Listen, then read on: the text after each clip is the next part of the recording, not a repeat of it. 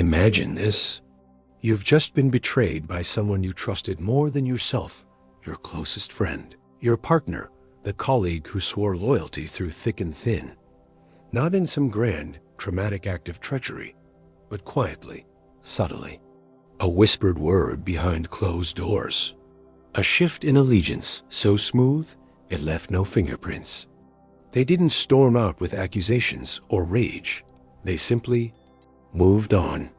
And when confronted, they looked at you with genuine confusion, even sorrow, as if you were the one who had broken faith. Now ask yourself, were they ever really loyal? Or did you mistake convenience for commitment, silence for solidarity, presence for principle? This is the moment Machiavelli waits for, not with a dagger, but with a question that cuts deeper than steel. Is loyalty real, or is it merely obedience dressed up as virtue? We build our lives on the belief that loyalty is noble, that it springs from love, honor, shared values. We praise those who stand by us, punish those who turn their backs. We craft stories where loyalty is the ultimate test of character. But what if that entire framework is an illusion? What if loyalty isn't a moral choice at all, but a transaction disguised as devotion? Consider the ruler surrounded by advisors who bow, flatter, and pledge undying allegiance. One day, they kneel before him. The next, they kneel before his successor, without shame, without hesitation. Are they liars, traitors? Or are they simply honest in a way we refuse to be? Machiavelli didn't hate the disloyal. He pitied the gullible, because he saw what few dare admit. Human loyalty is not born in the heart. It is manufactured by power, fear, and self-interest. It is not a sign of virtue, but a reflection of balance. When the scales tip, so do the faithful.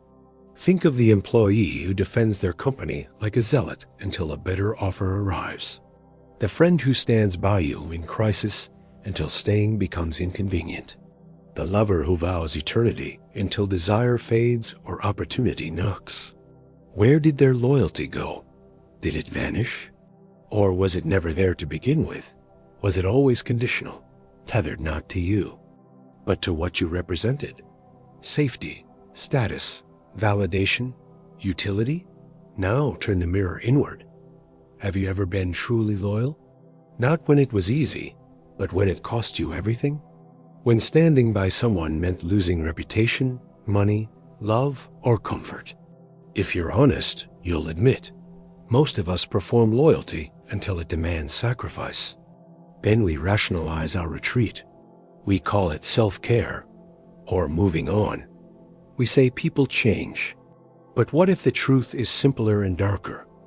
What if we only stay as long as it serves us? And here lies the paradox that Machiavelli forces us to confront.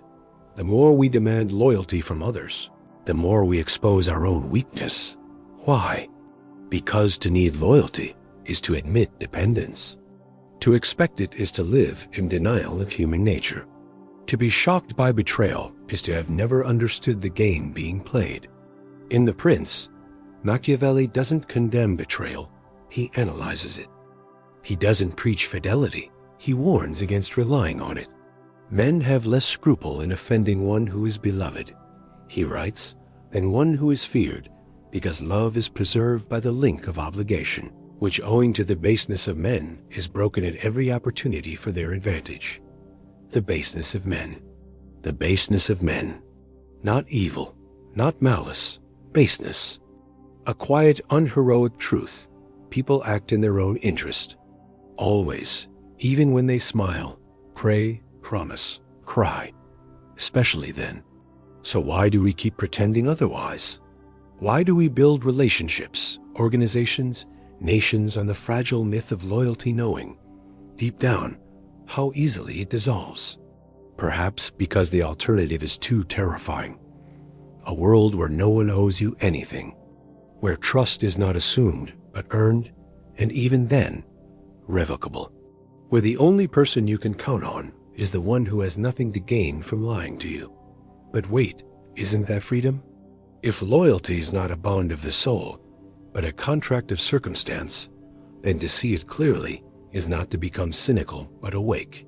Machiavelli wasn't teaching cruelty. He was offering clarity. And clarity, more than kindness, is the first requirement of survival. Now imagine this. What if the people you believe are loyal to you aren't loyal at all, but are simply waiting for the cost of staying to outweigh the cost of leaving? What if the same is true for you? And more disturbing still, what if the most loyal person you know isn't loyal out of virtue, but out of fear? We cling to the idea of loyalty as proof that we matter, that we're loved, that we're safe. But what if loyalty is not about us at all? What if it's just the shadow cast by power, the gravitational pull of influence, control, necessity? When the throne shakes, the courtiers flee, not because they're evil, because they're human. So the real question isn't, can I trust them? It's, why do I need to be trusted in the first place? And beneath that, deeper still, who would I be if I stopped demanding loyalty from a world that never promised it? That question, dangerous, destabilizing, liberating, is where the mind begins to break free. But breaking free requires understanding what holds it captive. To do that, we must descend into the hidden machinery of human behavior, the psychological and philosophical roots of loyalty, not as we wish it to be, but as it truly is. A force not of love, but of survival, of instinct, not integrity. And once we see its true nature, we will never look at another person or ourselves the same way again. You feel it, don't you? That quiet unease beneath the surface of every relationship, like a whisper in the dark, reminding you that nothing is guaranteed. You've smiled at people who later spoke against you. You've trusted those who vanished when you needed them most. And each time you asked yourself, how could they? But never, why did I expect otherwise? That's the hidden problem. Not betrayal itself, but our refusal to accept its inevitability. We've built civilizations on myths, that love conquers all, that friendship endures, that loyalty is a moral triumph. But what if these are not truths, but illusions we need to survive the terror of isolation? What if loyalty isn't a choice of character, but a function of psychological necessity, governed not by ethics, but by fear, desire, and the unconscious drive for self-preservation? Carl Jung saw this long before modern psychology caught up. He warned that we project our ideals onto others our need for safety, meaning, constancy, and then punish them when they fail to embody those projections. We create gods out of lovers, saviors out of friends, and when they fall, we call it betrayal. But was it ever real?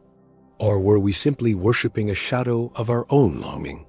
Jung called this the persona, the mask we wear, and the mask we demand others wear for us. Loyalty, in this light, becomes part of the performance. You stay loyal not because you're inherently faithful, but because your role demands it. You are the devoted partner, the reliable friend, the dutiful child.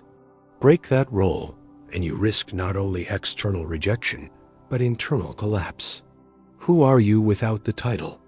But beneath the persona lies the shadow, the part of you that knows the truth. You would abandon someone if the cost of staying became too high. You would switch sides if power shifted.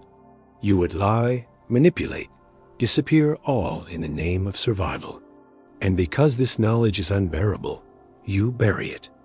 Then, when someone else acts on it, you condemn them with fury, because in their disloyalty, you see your own hidden face. This is the psychological engine of betrayal. We hate in others what we deny in ourselves. Now enter Nietzsche, the philosopher, who tore the veil off morality itself. He didn't believe in objective good or evil. He believed in will to power. Every action, he claimed, is driven by the instinct to dominate, to survive, to expand one's influence. Love, a strategy. Loyalty, a temporary alliance. Even altruism, he argued, can be a subtle form of control, a way to feel superior, to bind others through guilt or obligation. So when someone remains loyal, ask, what do they gain? Status? Security? A sense of righteousness? Affection? Purpose? Remove those rewards, and the loyalty often dissolves. Not because the person is bad, but because the will to power has recalibrated. The balance has changed. And where does power flow, loyalty follows. Nietzsche would say we flatter ourselves by calling loyalty virtuous. It is no more noble than a plant turning toward sunlight. It is natural, not moral. And nature does not care about fairness. It cares about survival. Then there is Schopenhauer, the darkest of them all, who declared that human beings are puppets of blind, insatiable will. We are not rational agents. We are driven by forces deeper than thought: hunger, lust, fear, the urge to exist. Loyalty, to Schopenhauer, would be just another manifestation of this will, perhaps the desire for companionship to ease the agony of solitude, or the need for social cohesion to avoid destruction. He saw compassion as rare, fleeting, loyalty even rarer, because in the end, each of us is alone in a world of suffering, grasping at connections that dissolve like smoke. Man is wolf to man, he wrote, not as condemnation, but as cold observation. And yet, we keep believing. Why? Because without belief in loyalty, trust, love, what is left? A universe of strangers maneuvering for advantage. A life without anchor. And that, perhaps, is too much for the mind to bear. Which brings us to Aldous Huxley, the prophet of soft control. In Brave New World, he didn't warn of chains and prisons. He warned of pleasure, comfort, distraction. People weren't oppressed by force. They loved their servitude. They traded freedom for stability, truth for peace. Is modern loyalty any different? We don't pledge allegiance out of deep conviction. We stay in relationships because leaving is exhausting. We remain loyal to jobs that drain us because security feels safer than uncertainty. We defend our tribe's political, religious, social, not because we've examined the truth, but because belonging soothes the terror of being insignificant. Huxley understood the most powerful bonds are not forged in passion, but in dependency. And that's the core illusion. We call it loyalty when someone stays, but what if they're just trapped? What if they're loyal not to you, but to the paycheck, the routine, the fear of starting over? Jean-Paul Sartre adds another layer: bad faith. We lie to ourselves to avoid responsibility. We say, I had no choice, when we did. We claim, I'm loyal because it's right, when really, we're afraid of the consequences of leaving. Sartre believed we are radically free, and that freedom is terrifying. So we invent roles, rules, oaths to make ourselves feel bound. Loyalty becomes an excuse. I can't leave because I promised. But promises, Sartre would say, are choices renewed every day. To pretend otherwise is to live in bad faith. And Viktor Frankl, who survived Auschwitz, observed something even more unsettling. In extreme conditions, even the strongest bonds fracture. Not because people are evil, but because the instinct to survive overrides everything. In the camps, some betrayed friends to save themselves. Others abandoned family. Frankl didn't judge. He understood, when pushed to the edge, the self comes first. Always. So why do we still believe in loyalty? Because civilization depends on the fiction. Without it, society collapses. Contracts fail. Nations fragment. Families disintegrate. We need to believe people will keep their word, show up, stand by us, even though history, psychology, and philosophy all scream that this belief is naive. And so we maintain the lie. We call loyalty virtue. We reward conformity. We shame those who leave. We build rituals, weddings, oaths, initiations to sanctify the bond. But beneath it all, the question lingers. If the price were high enough, would you break your vow? Of course you would. And so would everyone else. The hidden problem isn't that people betray us. It's that we refuse to accept that betrayal is not the exception, it is the default. Loyalty exists, yes, but only under specific conditions. When it serves interest, when fear outweighs desire, when the cost of leaving exceeds the pain of staying. Remove those conditions, and the facade crumbles. This is not cynicism.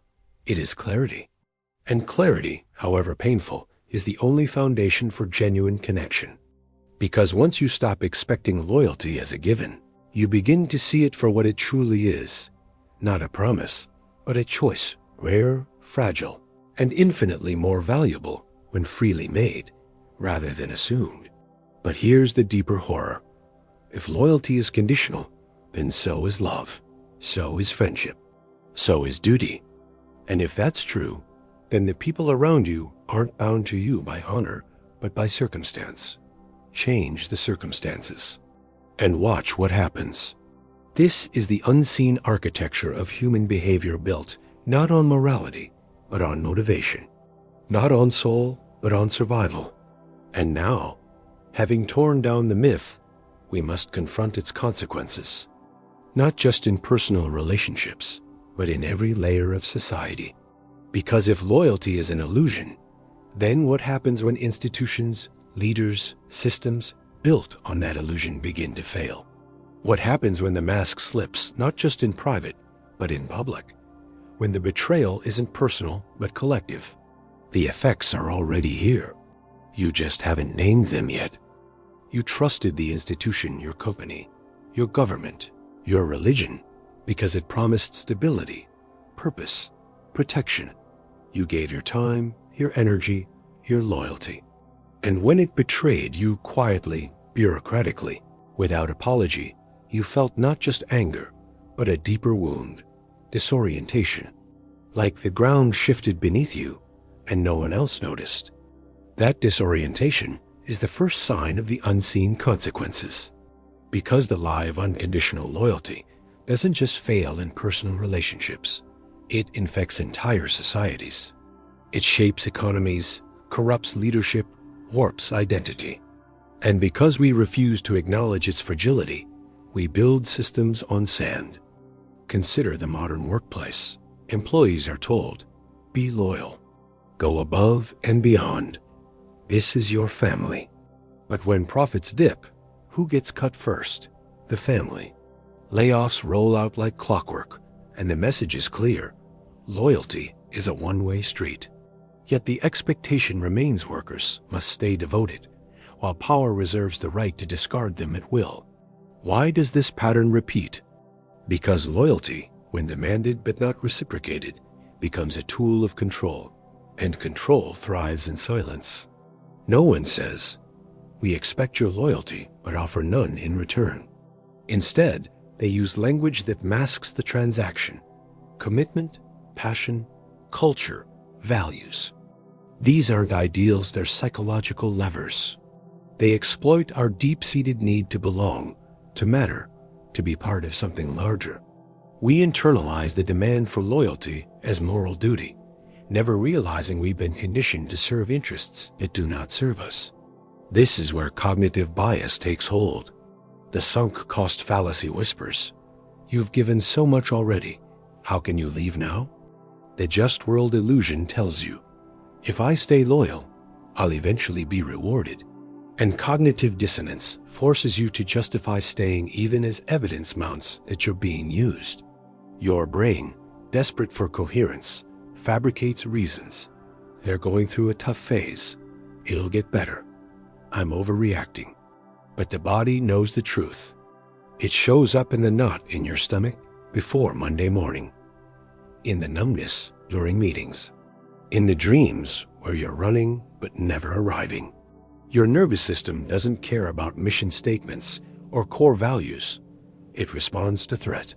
And betrayal, real or anticipated, is a primal threat. Now scale this up.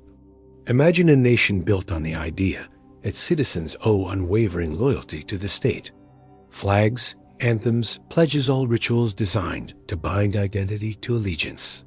But when the state surveils, lies, wages unjust wars, abandons the vulnerable, what then? Those who speak out are labeled traitors. Not because they harmed anyone, but because they broke the unspoken contract. You are supposed to stay silent. Here, loyalty becomes patriotism, and patriotism becomes obedience.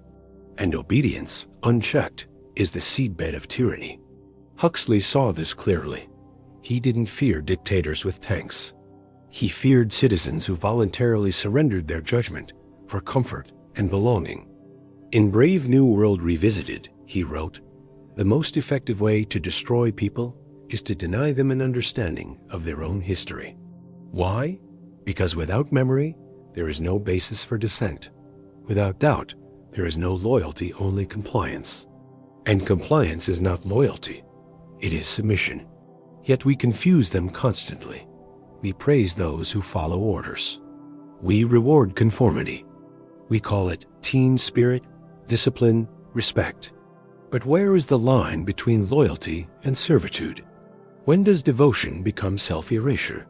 Look at social media, the ultimate loyalty economy. You perform allegiance to ideologies, influencers, movements, not because you've deeply examined them, but because belonging feels like safety. Algorithms reinforce this, rewarding engagement with outrage, tribalism, polarization. You don't just support a cause. You are the cause. To question it is to risk exile. And what happens when someone leaves the tribe? They're not just disagreed with, they're excommunicated, erased, demonized. Because in a world where loyalty is identity, betrayal isn't just an action, it's an annihilation. This is the psychological trap. We invest so much of ourselves into our affiliations that to lose loyalty is to lose self. Which is why betrayal cuts so deep. It's not just that someone left you, it's that they invalidated the story you told yourself about who you are. I am loved. I am trusted. I am essential. When loyalty breaks, that story collapses, and with it, your sense of reality. And society knows this. That's why institutions weaponize shame. They don't just punish disloyalty, they pathologize it. The whistleblower is unstable. The defector is bitter. The rebel is toxic. The message is clear. Loyalty is sanity. Dissent is madness. But what if the opposite is true? What if loyalty, blind and unquestioned, is the real pathology? Neuroscience reveals that the brain treats social rejection like physical pain. The same regions that fire when you burn your hand activate when you're excluded. Evolution wired us to fear abandonment, because in ancient tribes, exile meant death. So we obey, we conform, we stay even when we're being drained. But evolution didn't prepare us for modern complexity. Today, loyalty isn't about survival in the wild. It's about navigating invisible hierarchies, emotional manipulation, systemic exploitation. And our brains, still running on Paleolithic software, respond with outdated scripts. Stay, please, belong. The consequence? Burnout, anxiety, depression, identity crisis. People don't break down because life is hard. They break down because they've been loyal to things that never loved them back. Parents who sacrificed everything for children who never understood. Employees who gave decades to companies that replaced them in a day. Partners who stayed in loveless marriages because that's what good people do. And when they finally collapse, the world asks, why didn't you leave sooner? As if the answer isn't written in every myth, every ritual, every childhood lesson. Loyalty is virtue. Leaving is failure. But here's the hidden cost no one talks about. When we demand loyalty from others, we give away our power. Because dependence on loyalty is dependence on control. You cannot be free if your peace relies on someone else's choice to stay. You become a hostage to their decisions, their moods, their needs. And worse, when betrayal comes, you blame yourself. Was I not enough? Did I fail them? Never. Did I mistake utility for love? Did I confuse convenience with commitment? The tragedy isn't the betrayal. It's that we set ourselves up for it by believing in a fairy tale. And the longer we believe it, the more devastating the awakening. But devastation can be the beginning. Because only when the illusion shatters can you see what was always true. Loyalty was never the foundation. Power was. Not in the crude sense of domination, but in the subtle, relentless flow of influence, value, and leverage. Who holds it? Who needs it? Who fears losing it? Answer those questions, and you begin to see the real game. Not morality, not love. Exchange. And once you see the exchange, you stop being a victim of it. You start playing consciously. But playing consciously requires more than awareness. It demands rebellion. A complete inversion of everything you've been taught. Because if loyalty is not a virtue, but a strategy, then the highest act of integrity isn't staying. It's choosing again and again to stay, not because you have to, but because you want to. And that changes everything. You've felt it, the slow suffocation of pretending. Staying in a job that trains your soul because you should. Nodding along to beliefs you no longer believe just to keep the peace. Smiling at someone who stopped mattering to you years ago. Afraid that honesty will fracture the fragile surface of things. But what if the most radical act isn't rebellion against the world, but rebellion against the lie inside you? The lie that says, loyalty is virtue. The lie that says, staying is strength. The lie that says, if they leave, you failed. Break these lies, and you break the chain. Because freedom doesn't begin with walking away. It begins with seeing clearly. And seeing clearly means accepting the unbearable truth. Machiavelli whispered into the silence of power. No one owes you loyalty, and you owe no one yours. Not as debt, not as duty, not as dogma. Loyalty must be chosen, not inherited, not demanded, not performed out of guilt or fear. This is the rebellion. Not rage, not chaos, not destruction. Clarity. To stop expecting loyalty is not to become cold, it is to become sovereign. To reclaim your agency from the hands of circumstance, emotion, and social conditioning. To say, I will stay not because I have to, but because I choose to, and I can leave at any moment. And that's okay.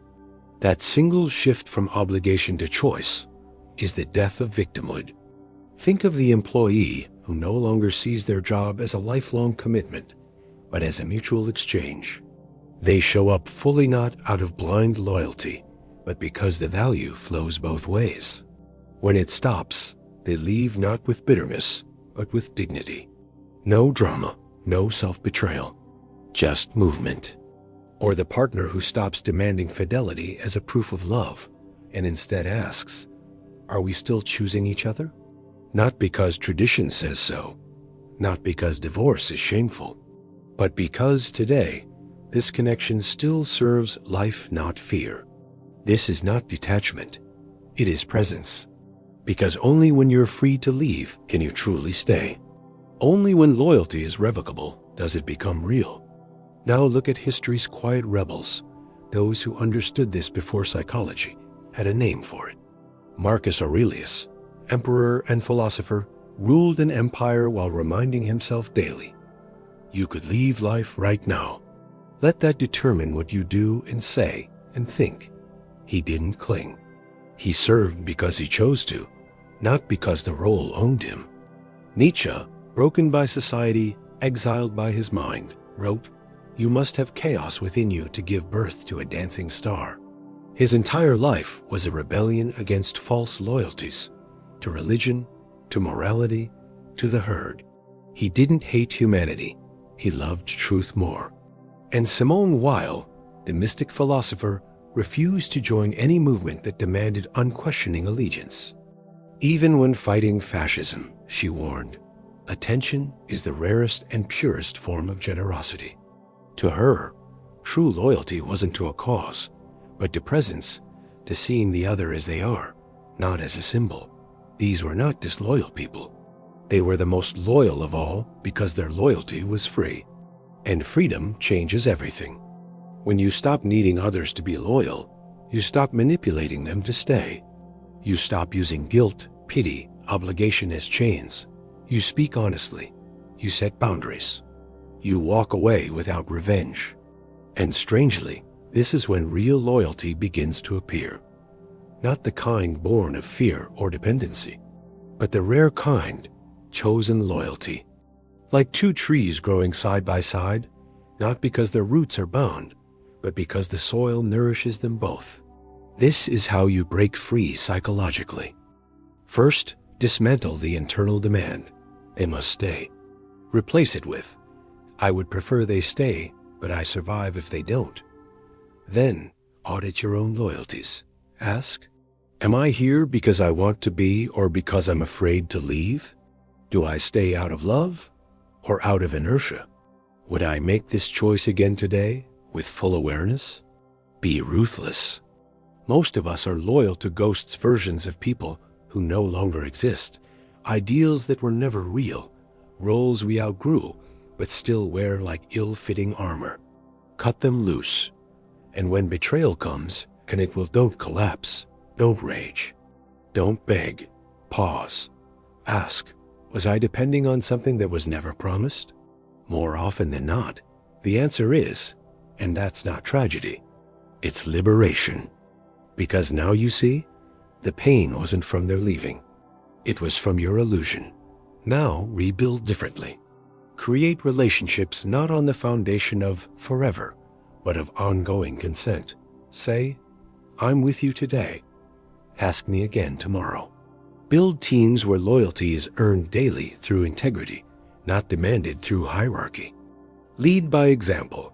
Be the first to admit when you're wrong, the first to walk away when values diverge, the first to say, I'm not sure I can stay. Paradoxically, this makes you more trustworthy, not less, because people sense authenticity. They feel the difference between someone who stays out of fear and someone who stays out of choice. And in a world drowning in pretense, authenticity is the rarest form of loyalty. Even institutions can be reimagined this way. Imagine a company that says, we don't expect lifetime loyalty. We offer growth, fairness, meaning for as long as it aligns. When it doesn't, we part with respect. No layoffs in the dark. No betrayal. Just honest exchange. Imagine a nation that doesn't demand patriotism, but earns belonging through justice, transparency, care. Imagine love that doesn't say, you can't leave, but whispers, I hope you stay. This is the rebellion, not burning down the system, but refusing to lie to yourself within it. It means accepting that people will leave, that promises break, that circumstances change, and that none of it diminishes your worth. Your value isn't tied to who stays. It's tied to who you are when everyone is free to go. So stop demanding loyalty. Start embodying it freely, fiercely, without strings, and watch what happens. The weak will call you cold. The dependent will accuse you of abandonment. The unconscious will say you lack heart. Let them, because you're no longer playing their game. You're living by a deeper law. True loyalty isn't survival of the bond. It's honesty in the face of impermanence. And in a world built on illusions, that may be the most revolutionary act of all. But even this clarity, this freedom, this rebellion, is not the final truth. It is only the threshold. Because beyond the breaking, beyond the choosing, beyond the courage to let go, there is a deeper realization. One that redefines not just loyalty, but everything. There is a moment rare, silent, unannounced when the mind stops searching, not because it has found answers, but because it has stopped needing them. You've fought so hard to understand loyalty. Who deserves it? Who betrayed you? How to earn it? How to keep it? You've dissected motives, questioned love, analyzed power. You've rebelled against illusion, demanded truth, rebuilt your relationships on choice instead of obligation. And yet, something remains, a quiet hollowness. Not pain, not anger, just space. As if, after tearing down every false temple, You stand in an empty field at dawn, wondering, was this all for nothing? No. It was never about loyalty. It was about the self you are trying to save. Every demand for loyalty, every sting of betrayal, every desperate plea for constancy, it wasn't really about the other person. It was about your terror of disappearing, of being insignificant, of mattering to no one. You weren't asking, will you stay? You were whispering, do I exist? And that is the final, shattering truth. Loyalty was never the anchor. You were using others as proof that you were real. Machiavelli saw the mechanics of power. Nietzsche exposed the will beneath morality. Jung revealed the shadow behind the mask. But none of them spoke the deepest secret. Human beings do not seek loyalty. They seek confirmation of their existence. We cling to those who see us, remember us, choose us, because in their gaze, we feel solid. When they leave, we don't just lose a person. We lose a mirror, and without mirrors, the self begins to dissolve. This is why betrayal feels like death, not because love died, but because you did just a little. And so you built systems, relationships, careers, ideologies to surround yourself with reflections. You molded yourself into someone worth staying for. You performed loyalty to be worthy of it. You punished disloyalty not because it was wrong, but because it erased you. But here, in the silence after the storm, comes the ultimate realization. You do not need loyalty to exist. You are already here. Not because someone chose you, not because you earned it, not because you're useful, lovable, or needed. You exist because you are, like a tree in a forest no one sees, like a star burning in a forgotten corner of the sky, like breath moving through your lungs right now unobserved, unpraised, undeniable. This is the ground beneath the game. Once you touch it, everything changes. You no longer need people to stay to prove you matter. You no longer interpret departure as rejection. You stop scanning faces for signs of fading devotion. Because your worth is not negotiated. It is given by the simple fact of being alive. And from this place, a new kind of loyalty emerges, not born of fear, gain, or identity, but of overflow. You stay not because you need to, nor even because you choose to, but because presence itself has become natural. Like breathing, like light falling on stone. You love not to be loved back, but because love is what happens when the self is no longer defending itself. You serve not for recognition, but because action flows from fullness, not lack. This is what the mystics meant when they spoke of surrender, not defeat, but release, not dependence, but arrival. Rumi wrote, "You were born with wings. Why prefer to crawl? You've been crawling through relationships, begging for proof you can fly, but you already are." And when you know this, truly know it, the world shifts. You look at the friend who left, the lover who betrayed, the system that used you, and you feel not bitterness, but sorrow, not for what they did to you, but for what they must carry, the weight of their own unmet need for confirmation. They weren't evil. They were also looking for mirrors. And in their scramble to exist, they walked over yours. Now, you don't forgive because it's noble. You forgive because it's irrelevant. Holding on to betrayal is like clutching a shard of broken glass, believing that if you bleed enough, someone will finally see your pain. But you don't need them to see. You see yourself. And that is enough. So you walk forward differently. You form bonds not as life rafts, but as gardens. You welcome people in, knowing some will stay, most will pass through. You care deeply without possession. You commit fully without demand. You let go gracefully without drama. Because you are no longer trading loyalty for existence. You are offering it as a gift freely, lightly, without expectation. And in doing so, you become the rarest thing in human history. A person who stays not out of need, but out of abundance. This is the end of the journey, not a return to blind trust. Not a descent into cynicism, but a transcendence into a third space, where loyalty is neither expected nor rejected, but chosen again and again, not to survive, but to celebrate being alive. So ask yourself now not who will stay, but who am I when I no longer need anyone to stay? Sit with that question. Let it hollow you out. Let it burn away the last remnants of performance. And in the ashes, you'll hear it, the quiet, unshakable hum of your own being. That sound faint at first, then growing, is the voice of freedom.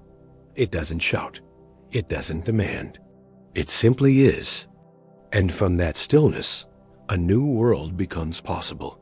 One where loyalty isn't a chain or a gamble or a lie, but a dance. Spontaneous, fleeting, real.